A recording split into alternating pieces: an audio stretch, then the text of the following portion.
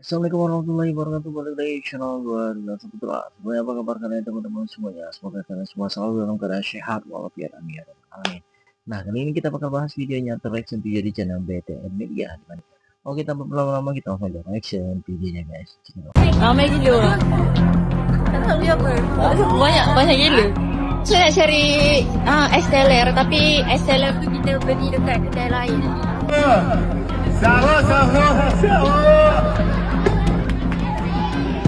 Kalau korang perasan, geng Bangla ni dia selalu datang dalam 30 minit awal dan dia terus penuhkan tempat duduk dan ambil makanan siap-siap. Warga Malaysia mengaku kagum melihat suasana Ramadan di Indonesia. Bagi mereka, bulan puasa di Indonesia terasa jauh lebih hidup dan membumi. Tradisi membangunkan sahur yang masih terdengar di kampung-kampung, budaya ngabuburit yang memadati ruang publik, hingga fenomena warteg jin yang bahkan diramaikan warga non-muslim, menghadirkan potret toleransi yang terasa hangat dan natural. Ramadan di Indonesia tampak bukan sekadar ibadah, tetapi juga perayaan sosial yang menyatukan banyak lapisan masyarakat. Kekaguman itu muncul karena kontras yang mereka rasakan di negeri sendiri. Di Malaysia, suasana Ramadan dinilai tidak selalu sehangat itu. Di sejumlah kota, persoalan membeludaknya warga asing kerap menjadi keluhan publik. Antrean panjang buka puasa gratis di masjid seringkali dipenuhi pendatang, hingga memicu rasa tidak nyaman di kalangan warga lokal yang merasa jatah mereka tersisir. Dekat track aku mula nampak ramai yang tanya pasal pengalaman berpuasa di Jakarta. Mungkin sebab Ramadan dah tak dekat dan ramai yang dah mula book flight ke sana. So aku nak share pengalaman aku berpuasa di Jakarta tahun lepas. First kali tentang bazar Ramadan di Jakarta, bazar dia tak sebesar di Malaysia. Dekat sini orang panggil berburu takjil, tapi jangan risau, tetap ada beberapa tempat yang memang worth untuk pergi. Antara yang aku suka ialah kawasan Ben. Sebab dekat situ pilihan makanan agak banyak. Aku juga suka pergi ke pasar Kesuo Senen. Dekat sana ada macam-macam kuih dan gerai kapau di depannya juga sedap.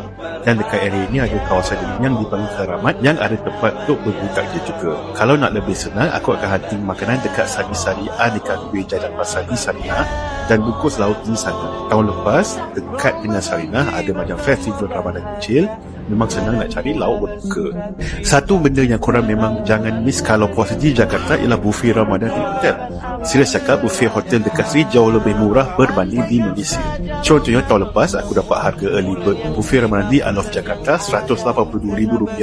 Kalau convert dengan exchange rate masa itu masih lagi dalam RM60 untuk hotel 4 bintang. Sepanjang aku dekat sana, aku sempat cuba 2 ke 3 buffet hotel yang harganya lebih kurang sama, malah ada yang lebih murah. Antaranya buffet ni misalnya tempat Agustí dan juga Orient Hotel, buffet konsep Japanese. Untuk sahur mula tak perlu risau sebab ada projek, cuma kena order awal sedikit dalam 1 jam ke 1 jam setengah sebelum imsak, bergantung kedai itu ramai atau tidak. Alternatif lain, korang boleh stay dekat area yang banyak kedai buka macam sekitar Ibu Senen dekat Negeri atau di kawasan Sabah. Dan satu kedai yang wajib korang ingat nama dia, Hawk Band. Ini memang staple sahur aku, kedai bento lauk high protein, nasi ala jemput, dan yang paling penting, makan pukul 4 pagi pun masih ada selera. Untuk tarawih, ada beberapa masjid yang best dekat Jakarta. Of course, jangan lepaskan peluang untuk tarawih di Masjid Istiqlal. Suasana dia lain macam, ada ceramah tarawih setiap malam dan dekat kawasan luar masjid pula ada jualan untuk murid. Selain itu, aku juga suka Masjid Sungai Kelapa. Tak tahu kenapa, tapi aku rasa masjid ni tak terlalu ramai, tenang dan just nice. Ada juga Masjid Kut Mikia yang memang antara masjid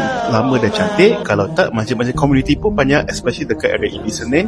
Banyak yang walking distance, sebab itu aku suka stay kawasan ini. Aku diingatkan untuk berhati-hati sewaktu di kawasan masjid, terutamanya di Masjid Istiqlal. Jadi kalau korang kesana juga, jangan bawa barang berharga. Untuk shopping raya pula, aku pergi Tanah Abang, tapi kena ambil perhatian. Bila dah dekat-dekat raya, dalam 2 hari sebelum raya, biasanya banyak kedai dah tutup dan ada yang tutup sampai seminggu. Masa aku pergi balik sekitar raya ke-6 atau 7, masih lagi belum dibuka. Jadi kalau nak shopping raya, pastikan datang seminggu sebelum raya. So kalau korang nak rasa pengalaman puasa di Jakarta, mari jom nanti lagi. Aku pun dah book untuk start puasa dari hari ke-20 ke atas. Kawan-kawan di Jakarta yang nak ajak bubur boleh drop. InsyaAllah aku datang.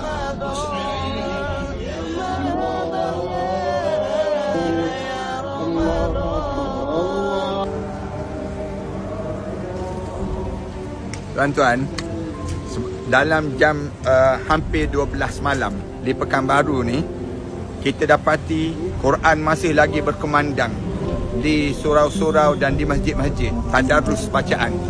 Kalau tempat kita kan, ramai je yang nak hantar surat layang.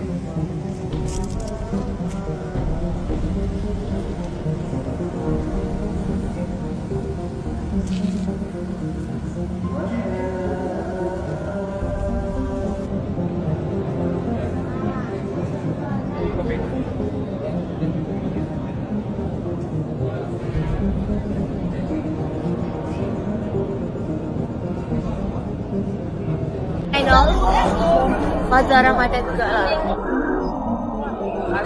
Ramai gila orang. Tak tahu dia apa.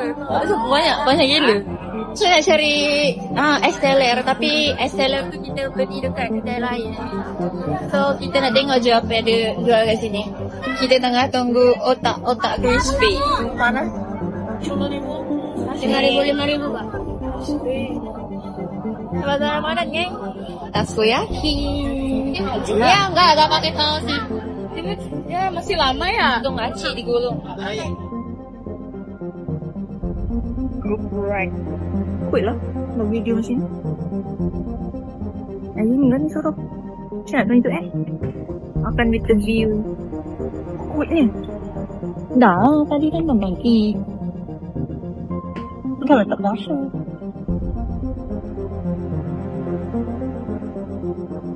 Ramai yang kurang berpuas hati sebab yang datang iftar di masjid dan surau ni ramai geng Bangla.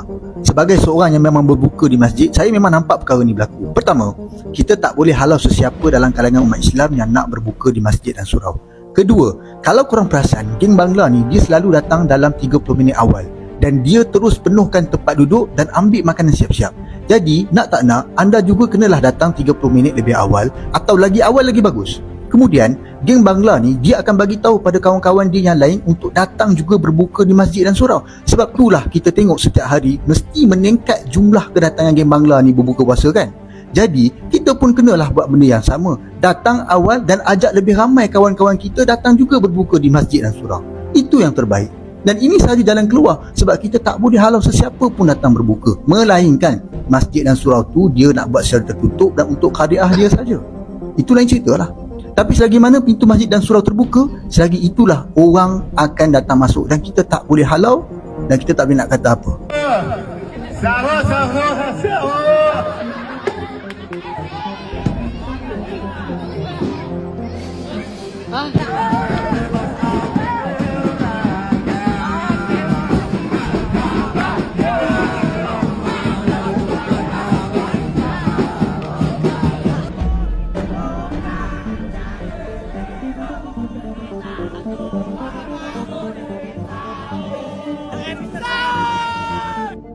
Bagaimana pendapatmu mengenai ini Sok?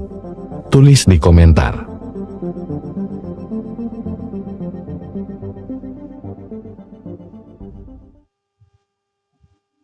Nah, gimana menurut kalian tentang video ini? Silahkan kalian tinggalkan di kolom komentar. Wassalamualaikum warahmatullahi wabarakatuh.